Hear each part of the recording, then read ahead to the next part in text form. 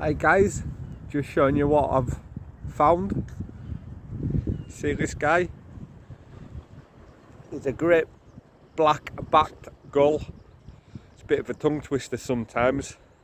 So this is biggest gull. This is biggest in seagull family that you can get.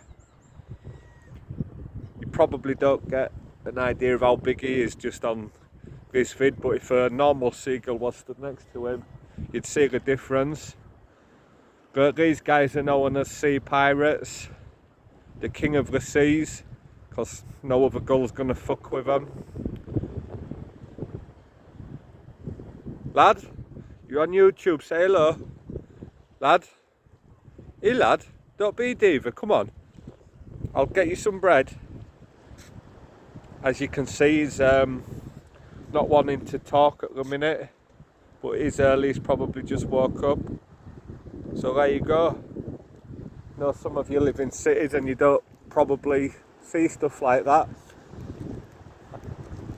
You definitely won't see one of them in a city. You'll see a regular seagull, but remember, great black-backed gull, that's what it was. See you guys.